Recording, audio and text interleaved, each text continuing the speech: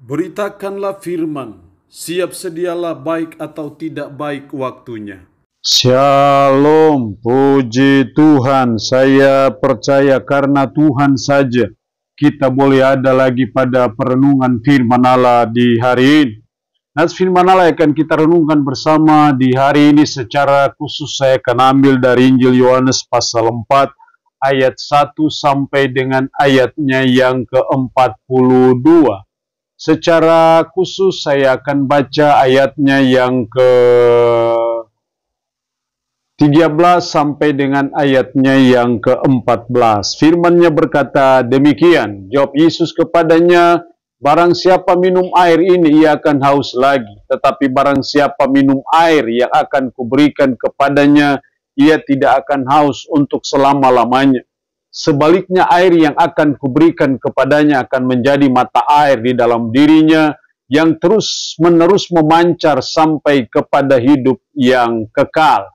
Demikian kebenaran firman-Nya hari ini yang secara khusus mengajar kita, menasihati kita, Mesias, cermin kepemimpinan bangsa Papua.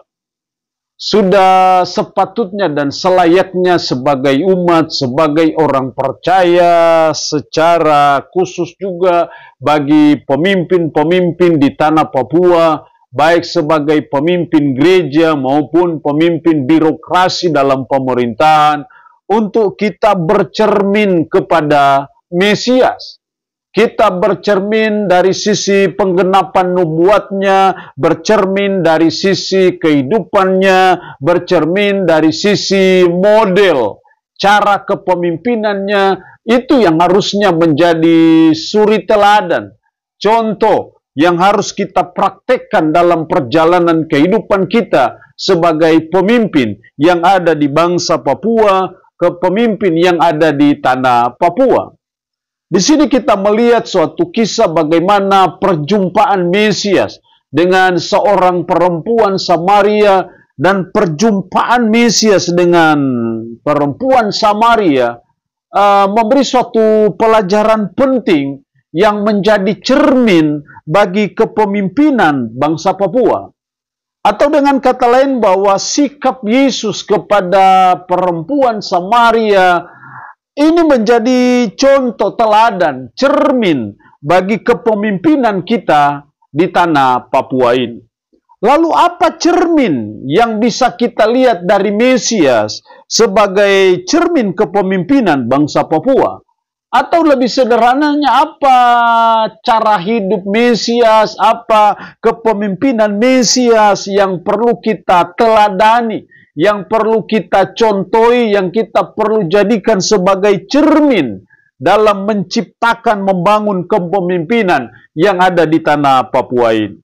Setidaknya ada 3 hal penting yang sangat mencolok dari kehidupan Mesias, dari cara hidupnya, tapi juga kepemimpinannya yang bisa kita jadikan sebagai contoh teladan ataupun cermin kepemimpinan yang ada di tanah Papua. Yang pertama dalam ayat 13 dan 14, jawab Yesus kepadanya, barang siapa minum air ini ia akan haus lagi.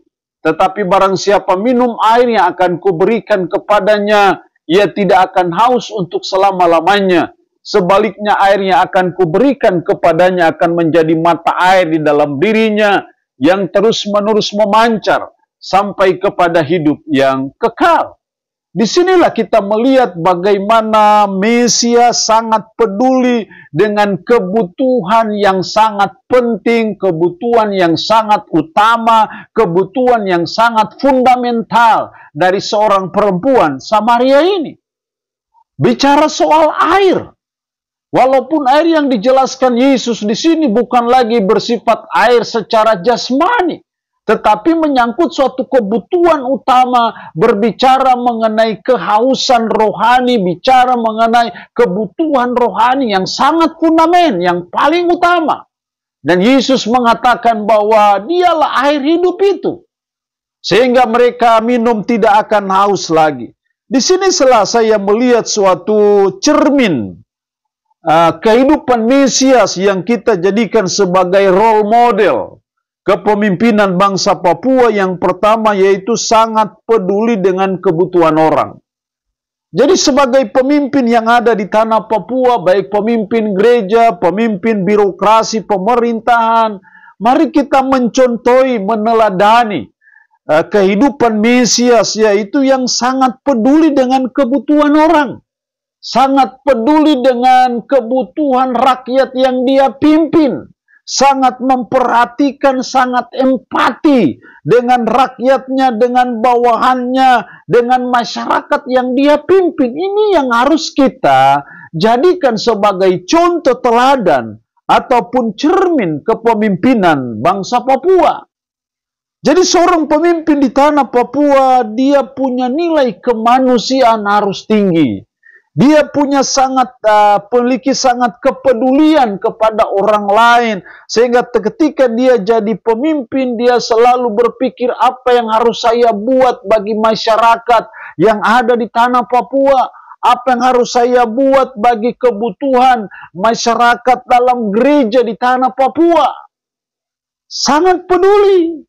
Karena ketika dia memiliki suatu kepedulian terhadap kebutuhan orang, baik kebutuhan secara jasmani tetapi kebutuhan secara spiritual, itu akan menjadikan dia sebagai pemimpin yang hebat, pemimpin yang dipakai Tuhan untuk bisa mengangkat tanah Papua ke depan. Jadi mari kita bercermin dari kepemimpinan Mesias, kehidupan Mesias yang sangat peduli dengan kebutuhan orang lain. Karena saya percaya ketika kita jadi pemimpin yang sangat peduli dengan kemanusiaan, dengan kebutuhan orang lain, maka saya percaya kita akan menjadi pemimpin yang berdampak, yang membawa kemajuan bagi tanah Papua. Yang kedua, Mesias cermin kepemimpinan bangsa Papua.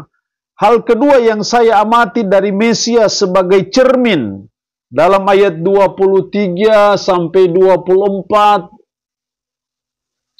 Tetapi saatnya akan datang dan sudah tiba sekarang bahwa penyembah-penyembah benar akan menyembah Bapa dalam roh dan kebenaran, sebab Bapa menghendaki penyembah-penyembah demikian. Allah itu roh dan barang siapa menyembah dia harus menyembahnya dalam roh dan kebenaran.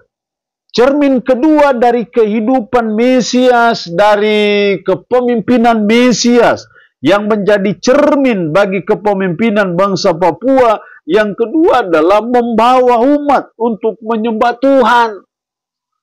Jadi pemimpin bangsa Papua tidak hanya membangun dari sisi fisik, dari sisi pembangunan secara jasmani, tetapi kepemimpinan Mesias, kehidupan Mesias yang menjadi cermin contoh adalah membawa umat untuk menyembah Tuhan yang benar.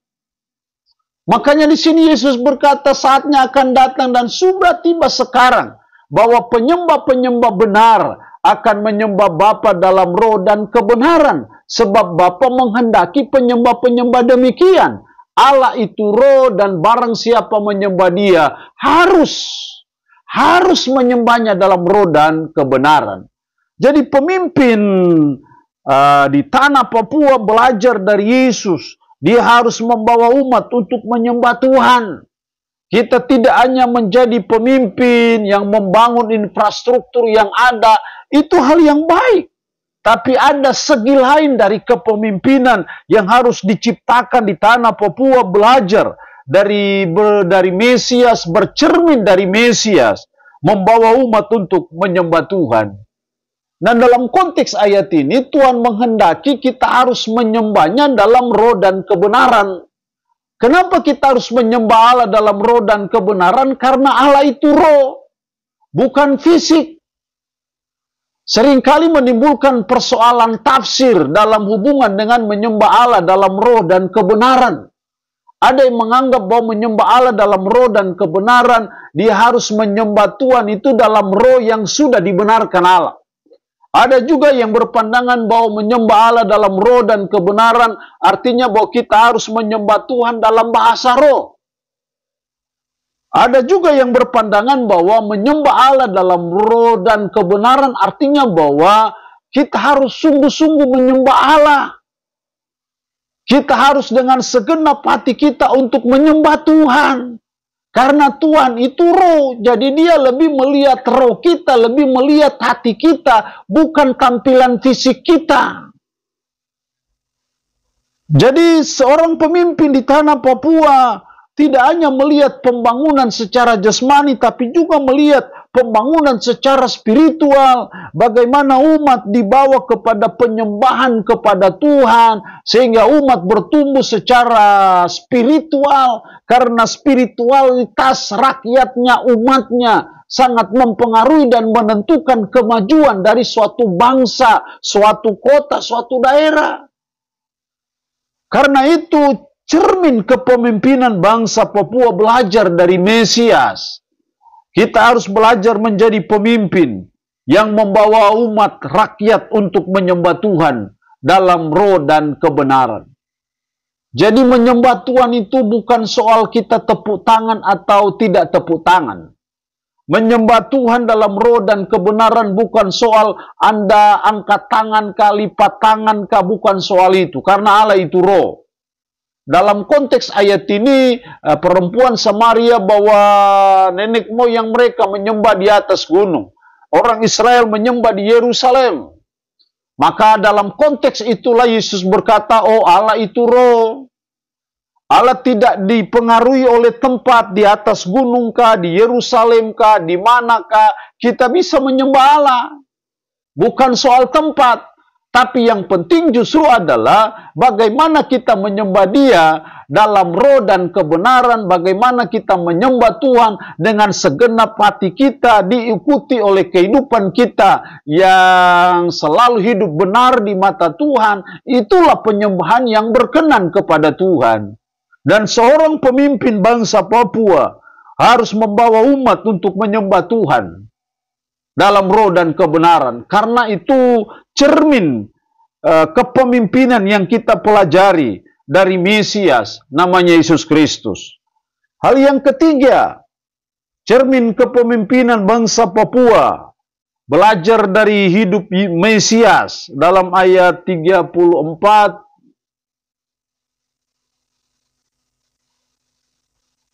Kata Yesus kepada mereka, makananku ialah melakukan kehendak Dia yang mengutus aku dan menyelesaikan pekerjaannya.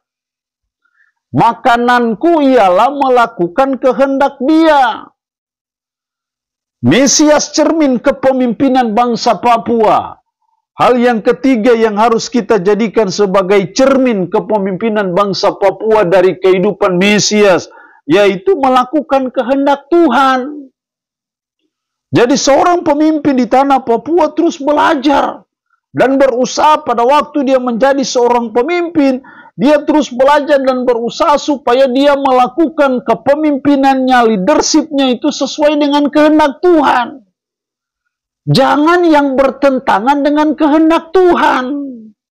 Karena itu akan merusak reputasinya sebagai seorang pemimpin. Dan Tuhan tidak berkenan kepada seorang pemimpin yang seperti itu. Belajar dari Mesias, kata Yesus kepada mereka, makananku ialah melakukan kehendak Dia.